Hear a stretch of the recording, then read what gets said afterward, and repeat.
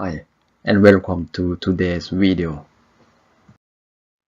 In autumn last year, the combination of fear for global economic growth and for increasing contractionary monetary policy had led to sharp decline in the stock markets. Now, the growth optimism and an expansionary monetary policy are lifting the stock markets. The Fed's change in the monetary policy from having it on autopilot to that the Fed will listen more to the market signals also had contributed in lifting the stock markets. Economic indicators from China have been positive lately.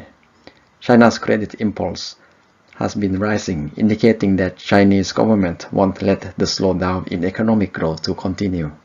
This is good news for the financial markets because China has a large impact on the global economy.